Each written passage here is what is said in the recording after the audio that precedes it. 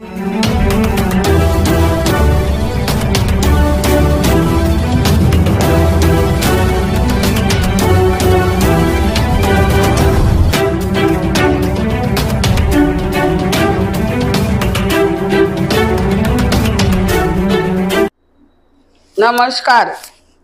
PCR न्यूजमध्ये मी रंजना पाटील आपले सर्वांचे हार्दिक स्वागत करते।